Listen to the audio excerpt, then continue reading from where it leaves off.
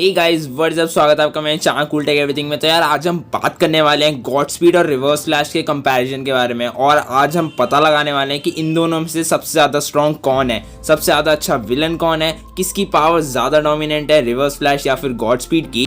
इसी के साथ मैं एक सीरीज स्टार्ट कर रहा हूँ स्पीडस्टर बैटल की, और इसके अंदर मैं दो स्पीडस्टर्स को कंपेयर करने वाला हूँ, चाहे वो कोई भी दो हों, और वो तुम्हारे वोट्स पे कंपेयर करूंगा जो तुम लोग चूज करोगे। तो without any further due speedster battle का फर्स्ट एपिसोड स्टार्ट करते हैं।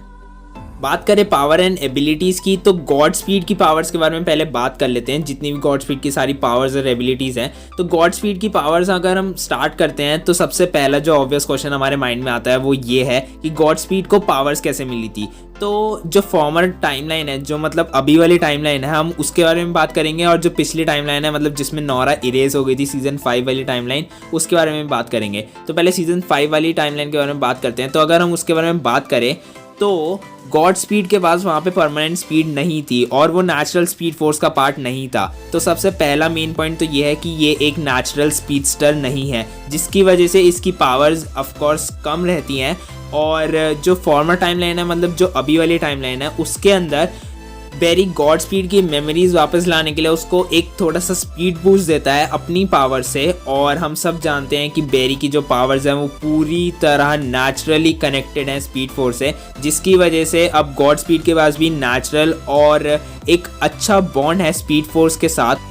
तो अब बात करें एबिलिटीज़ की, तो गॉड स्पीड के पास बहुत सारी डिफरेंट एबिलिटीज़ है, और मैं यहाँ पे सारी एबिलिटीज़ के बारे में बात तो नहीं करने वाला, बट मैं उन एबिलिटीज़ के बारे में बात करने वाला हूँ जो कि मेन है और जो कि शो के अंदर दिखाई गई हैं हमें। और कुछ ऐसी एबिलिटीज़ जो शो के अंदर नहीं भी दिखाई गई हैं, बट गॉड स्पीड के पास वो हैं। और हो सकता है कि इस सीज़न के अंदर जब गॉड स्पीड हमें मिले तब, मतलब गॉड स्पीड हमें नहीं मिले, ऑफकोर्स गॉड स्पीड जब शो में आएगा तब उसके पास ये पावर्स हो।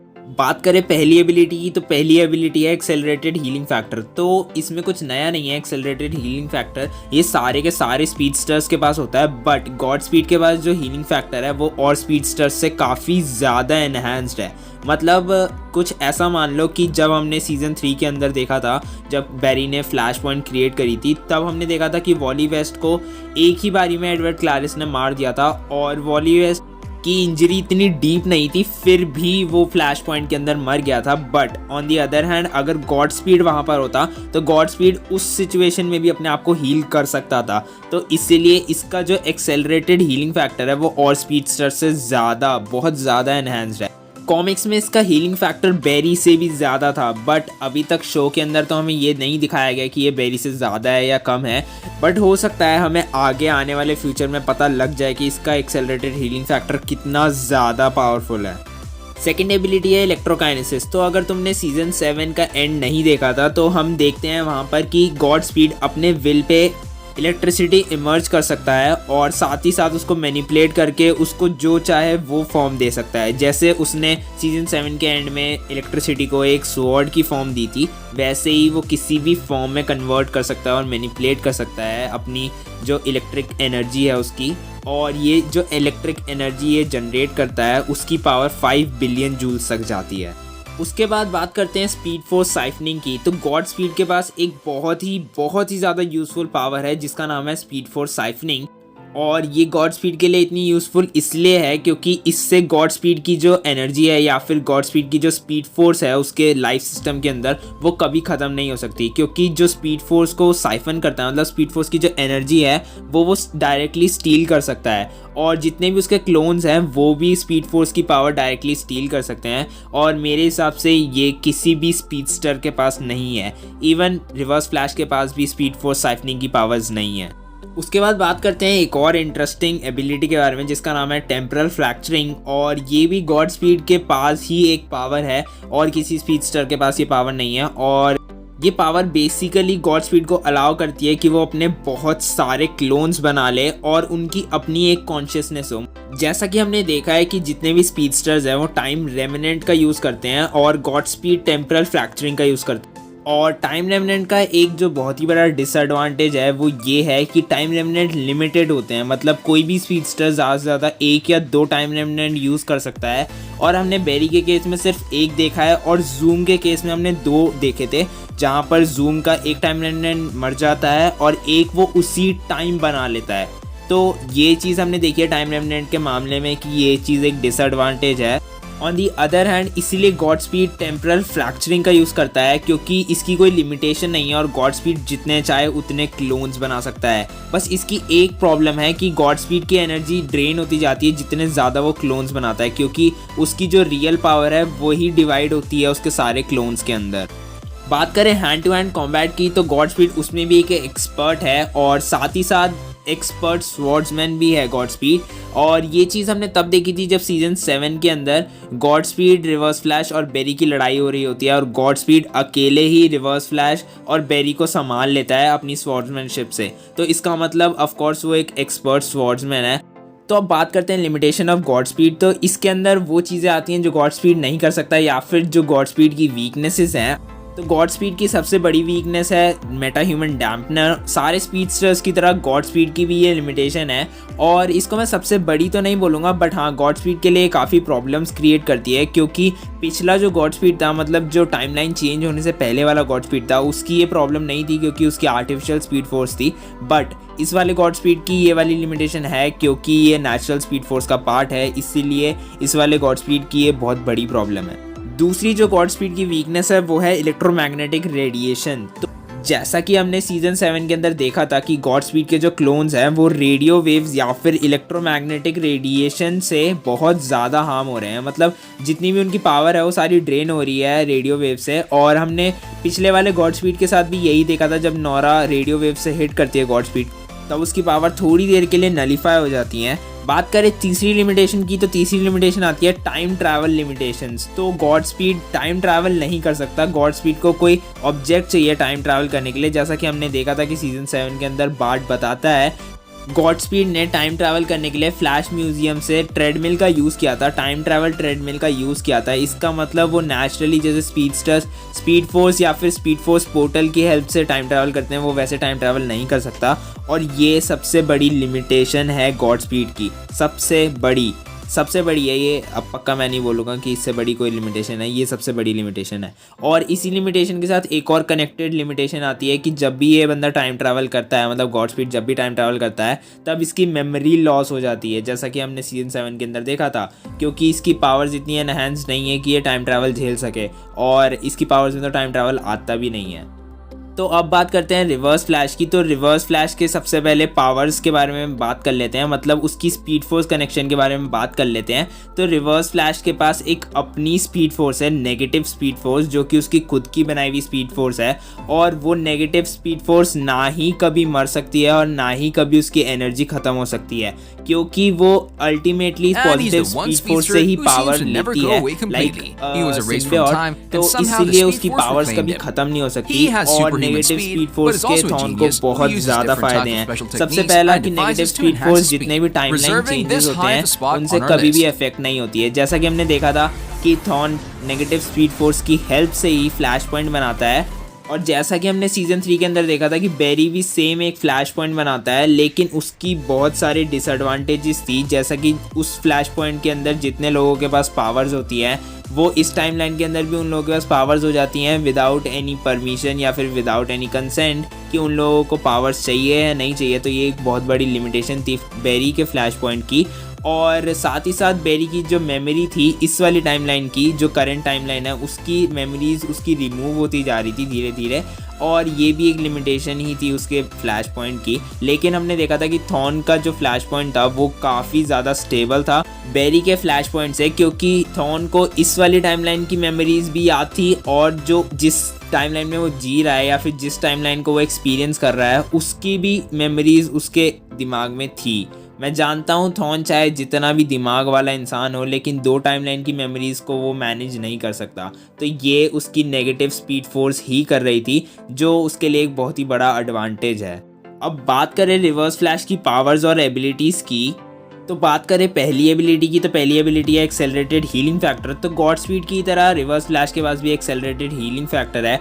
और मैं जानता हूँ तुम लोग अब क्या सोच रहे हो कि अगर दोनों के पास एक्सेलरेटेड हीलिंग फैक्टर है तो किसका ज़्यादा है, मतलब रिवर्स फ्लैश का हीलिंग फैक्टर ज़्यादा है या फिर गॉड स्पीड का। तो इसका आंसर भी मैं दे देता हूँ। तो रिवर्स फ्लैश का यहाँ पर अपर हैंड रहेगा क्योंकि उसके पास ज़्यादा एक्सपीरियंस है। और एक्सपीरियंस से मेरा मतलब ये है कि उसने बहुत सारे विलन से लड़ाई करी है, जिसमें से आते हैं सुपरमैन और सुपर गर्ल, जो कि तुम्हें पता ही है कितने ज़्यादा स्ट्रॉन्ग है।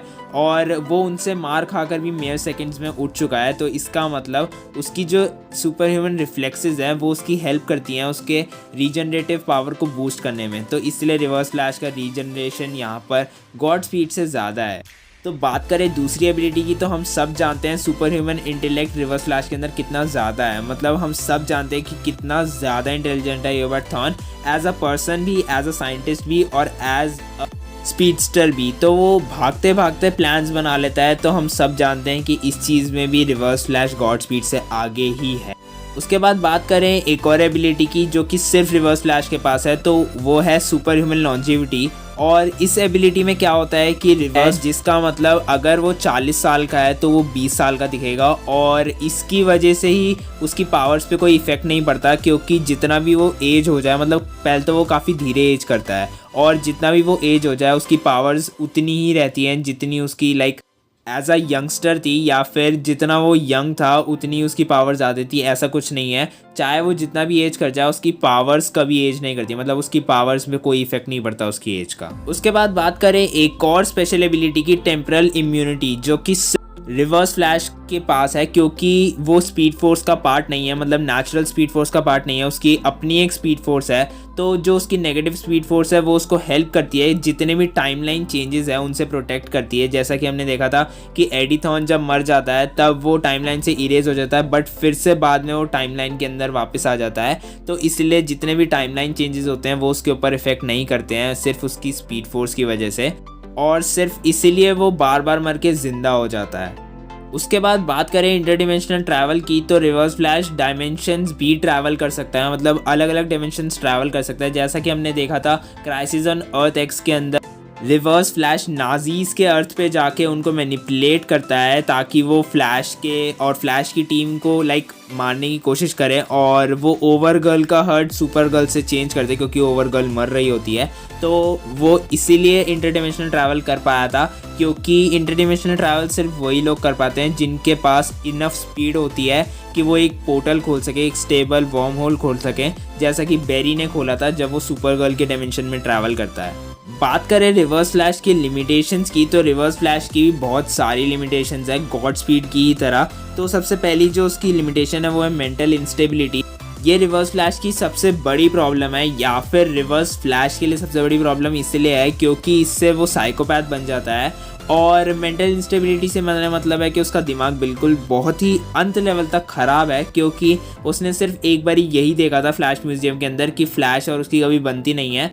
तो इसलिए उसने अपने ऊपर वही एक्सपेरिमेंट परफॉर्म किया जो बेरी के साथ हुआ था, लाइटनिंग वाला एक्सपेरिमेंट, और इसीलिए वो रिवर्स फ्लैश बन गया। और उसकी जो मेंटल इंस्टेबिलिटी है उसका लेवल कहीं पे मैच नहीं हो सकता है। वो सबसे बड़ा साइकोपैथ है, जूम से ही बड़ा साइकोपैथ है, क्योंकि उसने अपनी सिर्फ बेरी से दुश्मनी निकालने के लिए उसकी मॉम को मार दिया। खैर जूम का भी दिमाग का लेवल इतना ही ख़राब था, क्योंकि उसने भी दुश्मनी निकालने के लिए बेरी के डैड को मार दिया। मुझे तो ये समझ में नहीं आता इन सब के बीच में बेरी की फैमिली पिसती है हमेशा। तो बात करें रिवर्स फ्लैश की दूसरी प्रॉब्लम के बारे में, तो रिवर्स फ्लैश की दूसरी प्रॉब्लम है पार्टिकल इरेडिएशन डिस्ट्रीब्यूटर। और हमने सीजन 8 के आर्मेगेडन में ये प्रॉब्लम देखी थी उसके साथ होते हुए। जब बेरी यूज़ करता है पार्टिकल इरेडिएशन डिस्ट्रीब्यूटर को थॉर्न के खिलाफ, तब हम देखते हैं कि थॉर्न टाइमलाइन से ही इरेज होना शुरू हो जाता है, मतलब उसकी नेगेटिव स्पीड फोर्स भी उसको नहीं बचा पाती है इस टाइमलाइन चेंज से। इसका मतलब पार्टिकल इरेडिएशन डिस्ट्रीब्यूटर इतना ज़्यादा पावरफुल है। उसके बाद बात करें उसकी तीसरी लिमिटेशन की, तो उसकी तीसरी लिमिटेशन या वीकनेस है पॉजिटिव टैक्यॉन्स। तो जब भी वो पॉजिटिव टैक्यॉन्स से हिट होता है, जब भी ओलिवर क्वीन उसे अपने पॉजिटिव टैक्यॉन्स एरोस से मारता है, तब हम देखते हैं उसकी स्पीड नलीफाई हो जाती है, क्योंकि negative tachyons plus positive tachyons equal to 0। तो ये इक्वेशन ही काम आती है रिवर्स फ्लैश के खिलाफ, बट टेम्परेरीली। तो उसकी स्पीड टेम्परेरीली लो हो जाती है और वो चाहे तो वापस से अपनी स्पीड बूस्ट कर सकता है। उसके बाद बात करें उसकी चौथी वीकनेस की, तो उसकी चौथी वीकनेस है कोल्ड टेम्परेचर्स। और ये सारे स्पीडस्टर्स की कॉमन प्रॉब्लम है, बट रिवर्स फ्लैश के साथ ये थोड़ी सी ज़्यादा है, क्योंकि उसके सूट में ऐसा कोई भी डिवाइस नहीं है जो उसकी ये प्रॉब्लम सॉल्व कर सके। हमने देखा था सीजन 2 के अंदर सिस्को बेरी के लिए एक ऐसा चेस्ट एम्बलम इंस्टॉल करता है जो बेरी के सूट को हीट प्रोवाइड करे, जिसकी वजह से कोल्ड टेम्परेचर उसके सूट पे इफेक्ट ना करे। बट हम देखते हैं कि रिवर्स फ्लैश के पास ऐसा कोई भी ऑब्जेक्ट नहीं है उसके सूट के अंदर, और इसलिए किलर फ्रॉस्ट या फिर कैप्टन कोल्ड जैसे विलन्स उस पर भारी पड़ते हैं। और यहीं पे ख़त्म होती है रिवर्स फ्लैश की सारी वीकनेसेस। तो अब बात करते हैं कि गॉड स्पीड और रिवर्स फ्लैश में से कौन है विनर। तो सबसे पहले अगर हम विनर डिसाइड कर रहे हैं तो हमें इनकी स्पीड्स की भी बात करनी पड़ेगी, जो कि मैंने पीछे बात नहीं करी है। बट अगर हम स्पीड्स की बात करें तो God speed 10 times faster than the speed of light है, और हमने पता है रिवर्स फ्लैश बहुत ज़्यादा फास्ट है गॉड स्पीड की इस स्पीड से। तो और हम जानते हैं कि रिवर्स फ्लैश जितना चाहे उतना अपने आप को फास्ट कर सकता है, क्योंकि उसके पास टैकियन एनहांसर भी है जो कि उसने बेरी को सीजन 2 के अंदर दिया था। और अभी जो नोटेबल स्पीड है रिवर्स फ्लैश की वो है 75 लाख माइल्स पर आवर, या फिर अगर मैं इसे मार्क में कन्वर्ट करके बोलूँ तो 9774.74 मार्क की स्पीड से वो भाग सकता है, जो कि ऑफ कोर्स गॉड स्पीड से तो बहुत बहुत बहुत ज़्यादा है। तो यहाँ पर हम साफ साफ विनर अपना देख सकते हैं, और वो है रिवर्स फ्लैश, क्योंकि रिवर्स फ्लैश की पावर्स गॉड स्पीड से बहुत ज़्यादा हैं।